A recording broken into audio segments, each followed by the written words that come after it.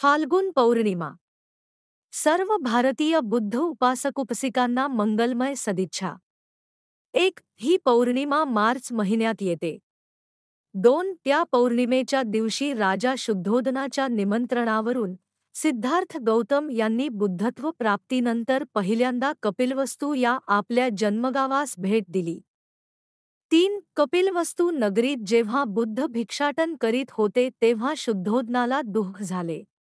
मग तथागतांनी सांगितले की आमचा बुद्ध वंश आहे, राजवंश नाही. मग बुद्धांनी चारिका करण्याची बुद्धपरंपरा पाळली तर शुद्धोदनाने भोजनदान करण्याची राजपरंपरा पाळली. 4. दुसऱ्या दिवशी शुद्धोदनाने बुद्धांना आपल्या घरी भोजनाचे निमंत्रण दिले. 5. भोजनानंतर बुद्धाने धम्मप्रवचन केले. या धम्मप्रवचनानंतर शुद्धोदन सोतापन्न झाला. याच भेटीच्या वेळी सिद्धार्थ गौतम यांचा मुलगा राहुल आणि चुलत भाऊ आनंद व देवदत्त हे भिक्खू झाले.